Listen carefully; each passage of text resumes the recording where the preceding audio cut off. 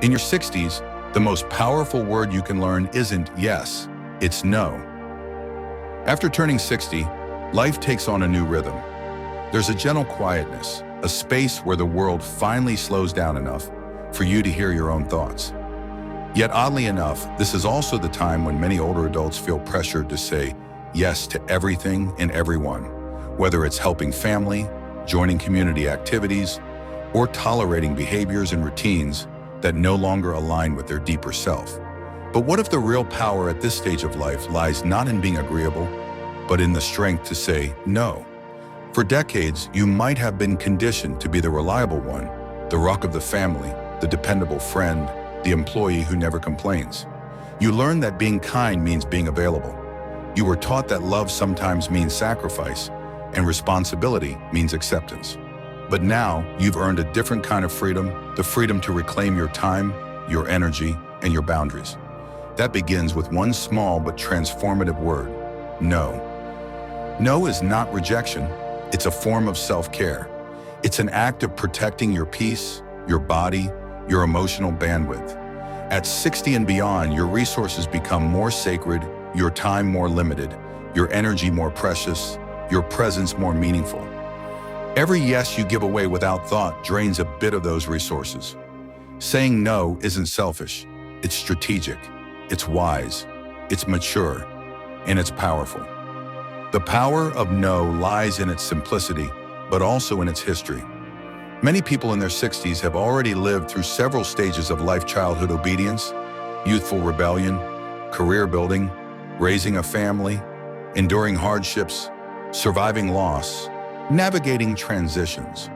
They've said yes out of love, duty, pressure, or even fear. And often they've paid the emotional or physical cost for those yeses. By now, many have reached a point where their instinct whispers something they've ignored for too long. I don't want to. And that's valid. That's enough. The challenge is that, for many, saying no still feels uncomfortable. There's guilt. There's worry about disappointing the others. There's fear of conflict or being seen as unkind.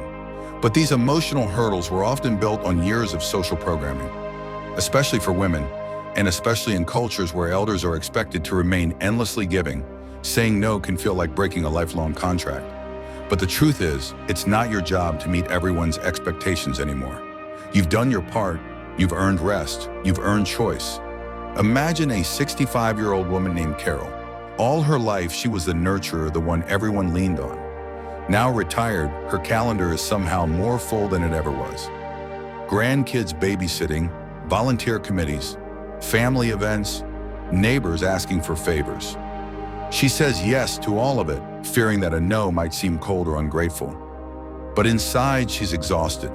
She misses quiet mornings with a book. She longs for afternoons to paint. She resents being busy but doesn't know how to stop the cycle. When Carol finally says, "I can't commit to this right now," something incredible happens. She feels light, free, peaceful, and surprisingly, the world doesn't end. People adjust, respect grows, boundaries form. This kind of power is subtle, but it's transformational. It requires courage, it requires honesty, and it requires a deep understanding of what truly matters to you now. At 60, 70, or 80, your no is backed by wisdom. It's not rash or rude, it's thoughtful. It's based on years of knowing what depletes you and what nourishes you. Saying no can also open doors. Every time you say no to something that doesn't serve you, you create space for something that does. Saying no to another weekend obligation might mean saying yes to a walk in the woods, a deep conversation with a dear friend, or a nap that your body truly needs. Saying no to toxic people or draining dynamics creates room for meaningful connections and peaceful solitude. It's not about isolation, it's about intentionality. There's also a unique opportunity after 60, redefining your legacy. People often think legacy is about what you leave behind: money, property, or achievements. But your true legacy is the emotional echo of your life, how you made others feel, how you taught others to live, how you modeled strength. When you say no to people-pleasing and burnout, you show the younger generation that self-worth doesn't end with youth. You show that boundaries are beautiful, even in old age. You show that wisdom means choosing authenticity over approval. Of course, not every no needs to be harsh or final. There's grace in how you deliver your boundaries. You can decline with kindness. You can be firm but loving. I appreciate the invitation, but I need time for myself right now. Or, that doesn't work for me, but thank you for thinking of me. These are powerful statements wrapped in warmth. They communicate respect for yourself and others. Over time, people stop pushing. They start respecting. They see your time as valuable because you do. But here's a surprising twist. Learning to say no is also about learning to hear no from others and respecting it. The power of saying no often begins with understanding that boundaries are mutual. If you've spent years feeling hurt when others decline your offers or set limits with you, then your discomfort with saying no might be rooted in that misunderstanding. When you embrace no as a healthy expression of autonomy, you stop taking it personally. You stop fearing it. You start celebrating it. There's also a myth that retirement means availability. Just because you're no longer employed doesn't mean your time is open season. You still deserve rest. You still deserve control. In fact, after decades of meeting other people's schedules, bosses, clients, children, spouses, this is your moment to finally choose your own. And every no you say protects that freedom. Loneliness is another factor. Many older adults fear that the saying no will lead to isolation. But the opposite is often true. When you say yes to things you don't enjoy, you risk being surrounded by people or activities that drain you. That kind of loneliness, the loneliness of disconnection, is worse than being alone. When you say no to what's false, you eventually say yes to what's real. Real friendships, real joy, real fulfillment. Saying no can also be a form of healing. For those who have endured emotional wounds, perhaps from childhood, marriages, or even parenthood, the inability to set boundaries often stems from old pain. By practicing no, you slowly rewrite your story. You stop repeating patterns. You begin to show up for yourself in ways no one else ever did. That kind of healing doesn't need a therapist's office, though therapy can help.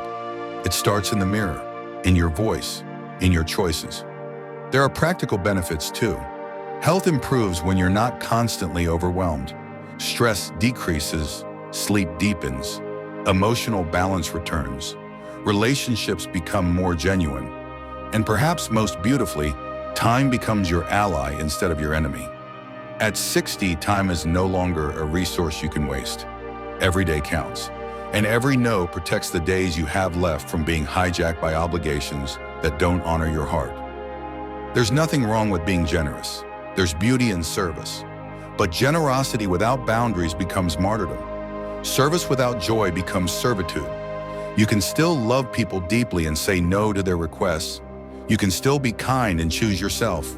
You can still be spiritual, generous, and helpful without being available 24/7. That balance, that boundary, is where the power lies. And as you practice it, something magical happens. You begin to trust yourself. You stop second-guessing. You stop apologizing for being human. You become more aligned with your truth, and people respond to that energy. You may even inspire others, friends, family, even strangers, to do the same. Saying no after 60 is not a rebellion. It's not a wall. It's a gate that opens to the life you truly want. A gate that separates your peace from the noise. A gate that stands strong not in anger, but in wisdom. You've earned the right to use that gate. Use it freely. Use it often. Use it with love. And most of all, never forget, no is a complete sentence. It needs no justification, no story, no apology. Just one strong, confident, soulful word and a life behind it that finally feels like your own dot. There is something liberating about waking up one morning and realizing that you don't owe the world constant access to your time, energy, or emotional availability. After 60, this realization can feel like the soft opening of a curtain after a long performance.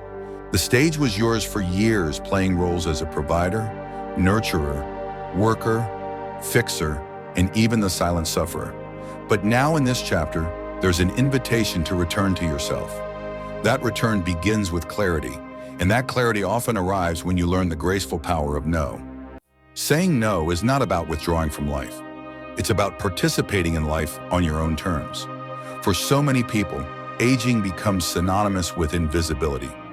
People begin to speak for you, decide for you, even plan your days as if you're a passive passenger. But learning to say no is a reminder to yourself and others that your identity, your agency, and your voice are still present, strong, and sacred. Every time you decline what doesn't serve your spirit, you affirm that your life is still yours to shape.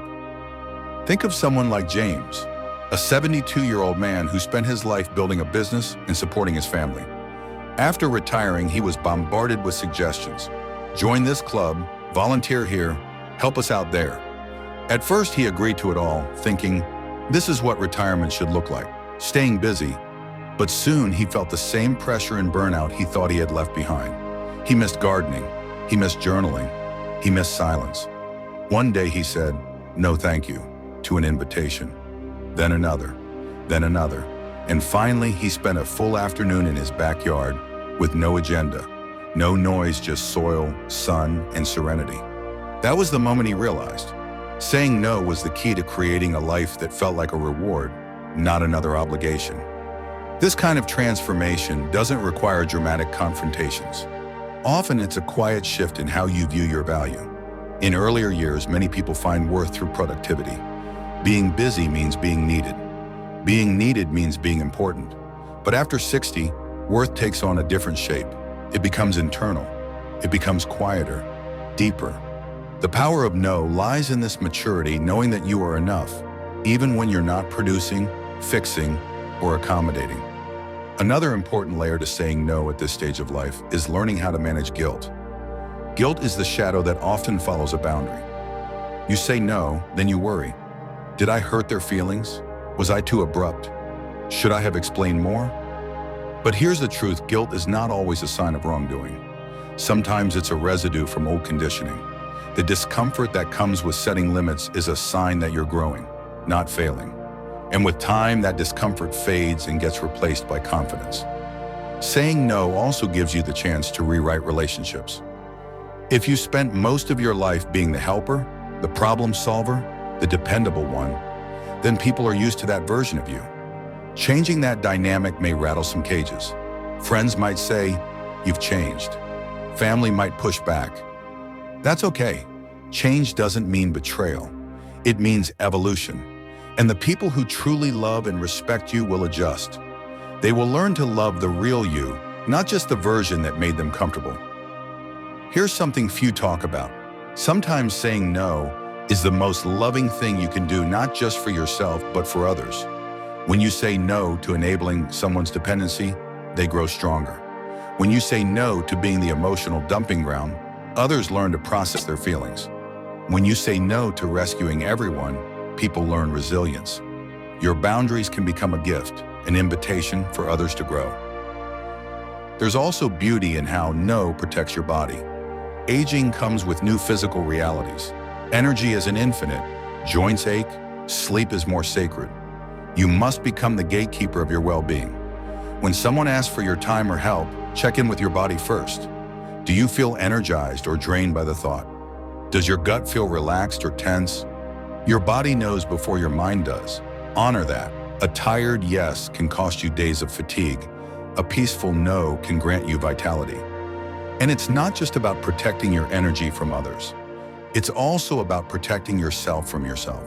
Sometimes we say yes out of habit. We think we're still 35, capable of juggling 10 things at once. But wisdom is knowing your new limits and respecting them. You don't have to prove your worth anymore. You don't have to outrun your age. You've done enough. You are enough. Financial boundaries are another area where no becomes powerful. Many elders feel pressured to continue financially supporting grown children, relatives, or even acquaintances. But if that generosity begins to threaten your own stability, it's time to reassess. No, I can't do that is a valid response. Your security matters. Your comfort matters. You are not an ATM. You are a person who deserves peace in your golden years. In community and social life, no becomes a filter. It helps you curate your environment. After 60, you don't need everyone. You need the right ones. Saying no to gossip, negativity, or superficial events creates space for meaningful conversations, spiritual connection, and authentic joy. You begin to cherish quality over quantity, fewer people, deeper bonds, fewer plans, more presence, fewer distractions, more purpose. Even in daily routines, no can be powerful. I won't check my phone first thing in the morning. No, I won't eat food that makes me feel unwell. These small refusals add up to a lifestyle that honors your values. You stop living by default and start living by design. And here's a secret. Every time you say no, you're saying yes to something else, something that matters more. Yes to your mental health. Yes to your creative side. Yes to moments of rest. Yes to doing nothing and loving it. Yes to sitting with a cup of tea and watching the rain. Yes to calling a friend just to laugh. These yeses are only possible when you clear the clutter, and that clearing begins with no. There's also a deeper spiritual aspect to all of this. In many traditions, aging is not seen as decline, but as ascension arising into wisdom, into clarity. And clarity demands boundaries. A monk in meditation says no to distractions. A wise elder says no to ego, to noise, to the meaningless. You too have the right to step into that sacred space. Your no can be a prayer, a declaration that your time is holy, your energy sacred, your presence intentional. Technology is another place where saying no becomes vital. In a world of endless notifications, requests, and digital demands, you must protect your inner quiet. Say no to apps that steal your attention. Say no to constant availability. You don't need to respond instantly. You don't need to consume everything. You don't need to be online all the time. Turn it off, walk away, breathe. In your 60s and beyond, the calendar becomes a mirror. It reflects your values. What are you saying yes to? What are you tolerating? What are you afraid to decline? Review it, revise it, reclaim it. Start filling your days with what nourishes your soul, not just what fills your hours. Your no is a scalpel. It cuts away the unnecessary, the draining, the false, and reveals the life that's waiting underneath. As you practice this, you might find a beautiful side effect. Your self-trust grows. Each time you honor your boundary, your confidence deepens. You stop outsourcing your decisions to others. You start listening to your own compass. That compass may lead you to unexpected places, solitude, adventure, reinvention, peace. But wherever it leads, you'll know you got there by choice, not by pressure. Let this be your permission slip. You don't have to explain every no. You don't have to soften it with excuses. You don't owe anyone your constant availability. You don't need to justify choosing yourself. You've given so much. Now it's your time to receive peace, joy, space, rest, truth. So take a breath, stand tall, speak clearly, and when the next request comes that doesn't sit right in your spirit, simply say the word that protects everything you've earned and everything you now cherish. No. With each passing year beyond 60, the world may expect you to become softer, quieter, and more agreeable, as if aging should mean blending into the background. But in truth, this is a time to sharpen your inner clarity, to stand firm in who you are and what you value. At this stage of life, the most revolutionary act may be reclaiming your ability to say no, not out of defiance, but out of deep, hard-earned wisdom. There's something magnetic about a person who knows what they want and what they won't tolerate. That presence doesn't come from loudness, but from boundaries that are clearly defined and fiercely protected. When you reach 60 and beyond, you're no longer chasing approval. You're shaping peace. You're curating the final chapters of your life story. Every no becomes an editorial decision, cutting out what distracts from the truth of who you are. Saying no at this point is an act of mastery. You've lived enough life to know what doesn't work. You don't need more experiments in pleasing everyone. You've walked the path of overcommitment. You've paid the price of people-pleasing. You've given when it hurt. You've smiled when you were tired. You've said yes when your body and spirit begged you not to. And now you get to choose differently. The power of no is quiet, but it reshapes your world. It teaches people how to treat you. It rewires your nervous system to relax. to trust that you are safe, that you don't have to be everything to everyone. In that no, your nervous system exhales, your shoulders drop, your heart opens, not in sacrifice but in rest. It's a sacred relief. Think of boundaries like a garden fence. They don't block out the sunshine or air. They don't isolate you. They simply protect what you're growing. And after 60, you're growing new things. Peace, patience, healing, joy, curiosity. Your no is the fence that says, not every footstep belongs here. Not every voice has a right to this space. Not every request will be honored. But perhaps the most significant shift is how you relate to yourself through no. In earlier decades, we often betray ourselves for the sake of harmony. We cancel our plans to accommodate others. We say yes to avoid discomfort. We downplay our needs, thinking they're not important enough. But self-respect in later life means learning to listen to your own voice louder than anyone else's. It means looking at your calendar, your commitments, your relationships, and asking, is this aligned with who I am becoming? If the answer is no, then your spoken no becomes an act of self-alignment. Let's imagine a 70-year-old woman named Elaine. After her husband passed, she spent the first 2 years saying yes to every invitation, fearing loneliness, afraid of silence. But over time, she realized that not every gathering gave her joy. Not every visitor respected her space. Not every favor asked was necessary. When she started saying no, her world didn't collapse. It became clearer. Her grief found room to breathe. Her healing took root. She discovered that being alone wasn't the same as being lonely. It was space she had denied herself for decades. And in that space, she found herself again. Your no can also redefine your purpose. Many older adults worry that stepping back means fading away. But there is strength in strategic withdrawal. You don't have to be in every room, on every committee, at every table. Sometimes stepping away allows others to step up. Sometimes your quiet no is the permission others need to rest too. Purpose doesn't come from overexertion, it comes from intention. Saying no clears space for intention to bloom. Let's talk about caregiving, an area where boundaries are often blurred. Many elders, even while aging themselves, continue to care for spouses, siblings, or adult children with complex needs. And while caregiving can be a profound expression of love, it can also be depleting without limits. Saying no to certain responsibilities, asking for help, refusing to carry the entire load alone, these are not signs of weakness, are signs of wisdom. You can care and still have boundaries. You can love and still say, this is too much.